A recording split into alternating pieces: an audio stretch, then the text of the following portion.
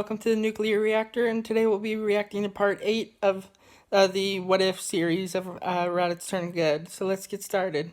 The never-ending story.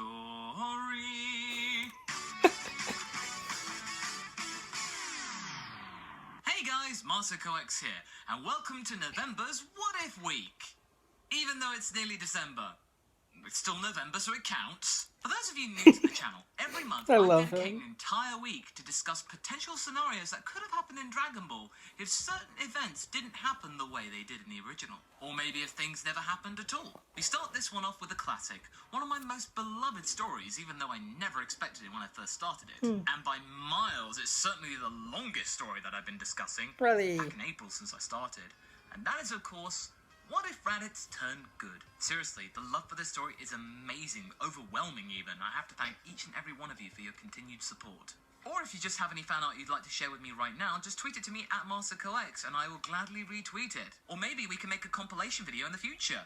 But anyway, let's recap. Part 7, which was technically the finale of this scenario, if we were going by Z time, was where we saw Raditz and Goku finally settle their spats concerning Raditz's daughter and her training about fusion. And all of that came together in the Potara fusion that was Raditz. Together, they iced Majin Buu even before he could become Kid Buu, so he's no longer around. How did they do this exactly? Well, there was no Vegeta around to muck it up. He does tend to do that, especially in the second half of Z. This was the perfect climax for Goku and Raditz's relationship. Initially, they started off as enemies, brothers that were never really brothers. But after all the stuff they've been through, they managed to come together and ultimately rid the world of evil, and in fact almost the entire universe of evil. And also it proved that them banding together, literally, Beerus, but not going there. Rise up and become the strongest beings in the universe. Although he's probably about to. I'm pretty sure that they would have made Bardock proud. After a considerable amount of feedback and a really big desire to not end the story right now, I really dug deep to see what they could really do in Dragon Ball Super, continuing the scenario for a little bit longer. So yeah, that's right. We're gonna go into Super, so let's go. We start the story 4 years after the end of the Buu arc. Y'all have gotten me addicted to this scenario, this scene, and I just absolutely love it, and I thank y'all for that, for finding this for me, and for me to react to, because I just love it so much, and I love his theories. Thank you. Now it's Goten. She and Goten get a little bit close and they get to know each other a little more through the art of training. And of course Trunks is on the picture. He kind of has to be after what we implied in the last part. And of course Ranch has to be the good big sister to her brothers, Daikon and Muli. Now, Daikon and Muli are 7 years old at this point, and they're pretty good at fighting, but they really lack focus, much more so than the days of Goten and Trunks in the original anime. Most of the time when they're training, it just mainly devolves into them playing practical jokes on each other. Now, you're probably asking, can they go Super Saiyan because Goten and Trunks did? Well, Daikon can't yet, but Muli can. Muli, the lackey to Daikon, spent the longest time basically being his twin brother's subordinate, but then one day, he actually discovered he had a little bit of a quirk that he inherited from his mother. He developed a terrible sneezing fit, and by the end of it all, he let out this huge sneeze which almost blew the house down, and he suddenly became a Super Saiyan. And this, of course, made Daikon, the alpha brother, very jealous. But at the same time, it made sure that their relationship was somewhat equal, because Daikon had to be kind of impressed that Muli was able to come up with the goods, but at the same time, resentful because he doesn't have the power himself. If you want a point of reference to what I'm going for, look at the relationship between Caulifla and Kale, and you'll see what I mean. As for Ranch, she's gone from strength to strength. I get now it. She's 13 years old and entered the quagmire that is teenage life, but that hasn't stopped her from becoming even stronger. I fear for Raditz's life then. Trunks is getting all the more complicated because Trunks is completely oblivious to her advances, or even implication that she really kind of has a crush on him because, you know, he doesn't really know. But in that time, though, Ranch has perfected the art of Super Saiyan 2, having trained with her father, her uncle, and pretty much everyone else. And after having it been exposed to it during her fusion with Goten, you know, Ranten. The three of them are a lot stronger than Goten and Trunks are in the anime because they have much more determination to do better, having much more competition with themselves. And that's all down to, as well, Goten's newfound confidence. He doesn't even have Goku's hairdo anymore. He's now got his own one, you know, the one he has at the end of Z, because he's his own person now. And that is fantastic news. But as this is all going on, far in the depths of Universe 7, Beerus, the god of destruction, awakens. He has had a terrible dream, something about a Super Saiyan god rising up and then trying to threaten his power and domain over Universe 7, something that he will not abide by. He decides to where it's located, Earth, and try and pinpoint the exact location, and then try and get rid of it before it can actually outclass him. Whis was able to point this out due to the highest concentration of Saiyan energy in Universe 7, but he then points out too on King Kai's planet that there is an even greater signature, and this is coming from 2 Saiyans alone. Now you're probably asking, where is Vegeta in all of this? Well, he's still around, but not very much though. He kind of keeps himself to himself much more these days. Having bested his former minion Raditz back in the Buu arc when he became Majin Vegeta, he doesn't really have much call to socialize anymore. He kind of just wants to train on his own. He's got what he wanted. He's got purpose. However, he really didn't. What about his son? By being ignored by Just the kidding. likes of Goku, He doesn't because, care. you know, Raditz was still friends with them. They'd gotten even closer. They fused. They'd gotten stronger together, and this did not sit well with Vegeta, and he just kept himself to himself because of it. Back on King Kai's world, Goku and Raditz are still training when Beerus and Whis show up. Whis is surprised to see Raditz here of all places, but Raditz remembers them all too well. Now, you remember that Vegeta recognized Beerus from his childhood? The same thing kind of applies to Raditz, although Raditz never saw Beerus directly. He heard tales about it from Vegeta, back in the days when they were actually starting to get to know each other.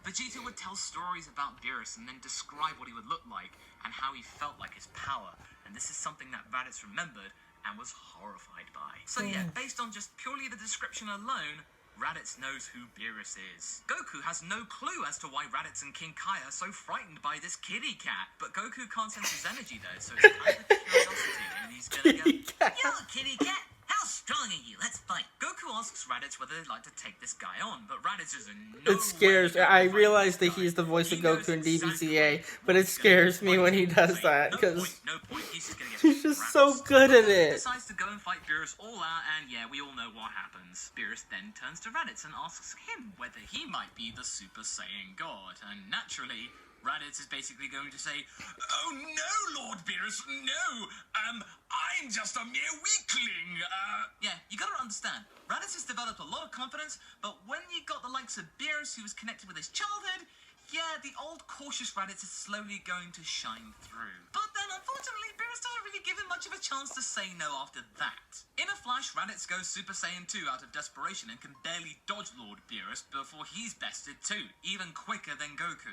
Having been disappointed, Beerus then goes to Earth to try and look for more Saiyans. Goku and Raditz then regain consciousness and try to figure out what on Earth just happened, or what on King Kai's world happened. However, Exactly. one thing that they do know is that they need to get to Earth right now.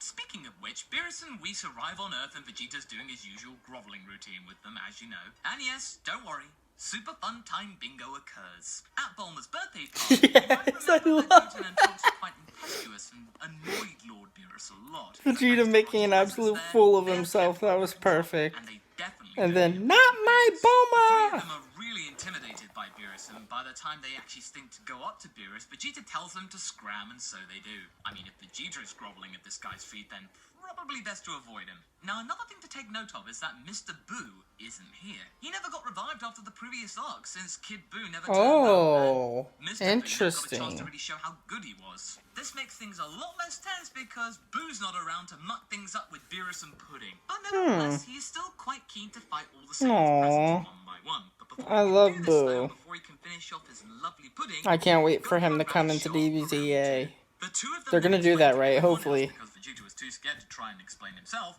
that Beerus is a god of I destruction. hope they'll Stop do the at nothing Z to arc, get what he Boo wants. arc. The whole summoning of Shenlong takes place as to try and ascertain what to do to get the Super Saiyan God to show up, and pretty much the tradition happens. You know, the routine, the ritual, yeah, that goes by. And thankfully, though, they're not scrabbling to try and find Saiyans, because there's like at least 4 more Saiyan descendants present. So the Dell's pregnancy is not known about right now. That will be a Ooh. surprise for later. Goku becomes a Cool. Super Saiyan God, much like in the anime and movie, and the universe is almost torn asunder, like in the actual series. Also, like in the show, Goku is bested by Lord Beerus, but before Lord Beerus can destroy the Earth and rid the world of Super Saiyan God, he naturally falls asleep and is whisked away by Whis, promising to return again, not only to fight Goku some more, but also to have some more of that delicious pudding. Now here is where things get really interesting. The Resurrection F arc. Now you remember that I Vegeta love had a really how strong sense of content Beerus and after Whis beating are Raditz obsessed before. with food like He that thought and that stuff. grudge was quelled, but I am it's not too. over yet. Whis returns to Earth not only A bit too much, on the but sly, it's also just to offer a chance their to attitudes and train how them. they are. It's just so funny. Asleep, and Whis has got nothing better to do. Goku is is more than happy to accept this invitation and asks Whis whether he can actually take his brother along. Whis considers this for a moment, but eventually accepts the offer because, hey, he gets what he wants. Goku might even train more because Raditz is there. And why not? Having two Saiyans there might be really interesting. I would have it that Vegeta doesn't get to train with them, and as such, doesn't become Super Saiyan Blue just yet. But why is that, Masako? Why are you being such a Vegeta hater? No.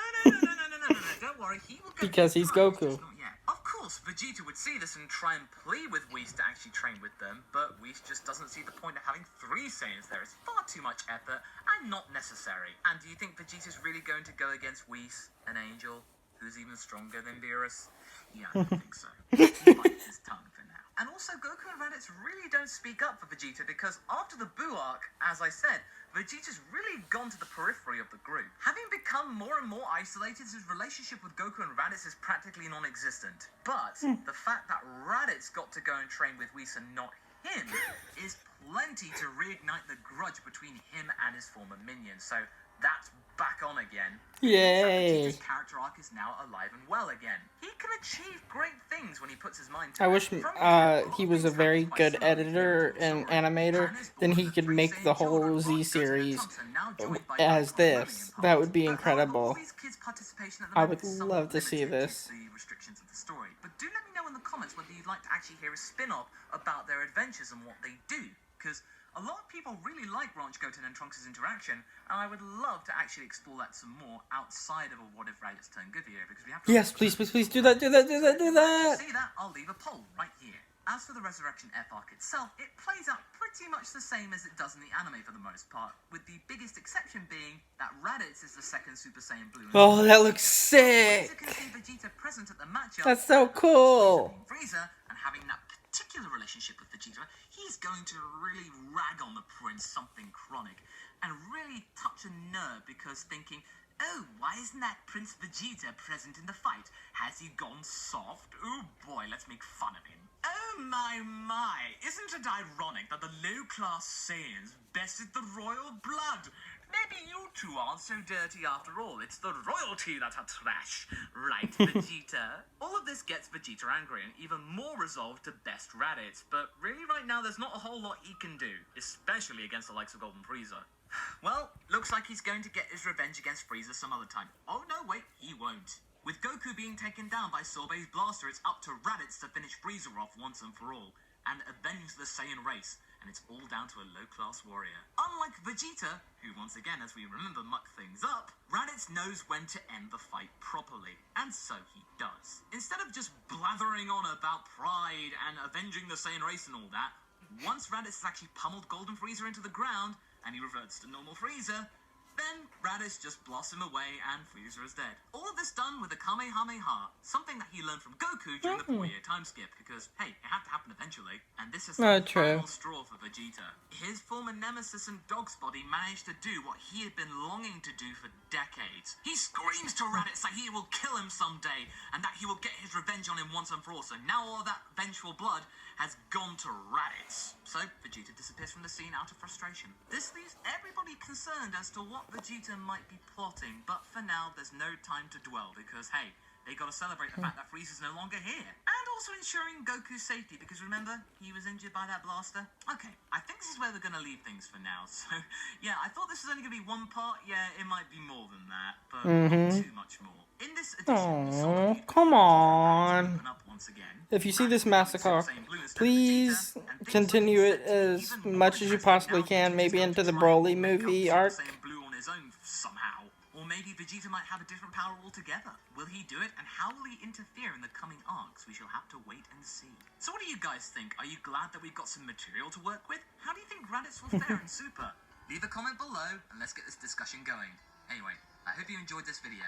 Until the next one, be sure to like and subscribe. Catch you later. I love his videos. Thank y'all again for putting me on that, and I might be branching out my videos a little bit to get more subscribers, but I'm going to continue probably all of his What If series, literally. So we got that to look forward to. I'll keep doing that and for y'all and for me, because I just love his What If series, and I appreciate it so much, y'all putting me on that. Thank you very much.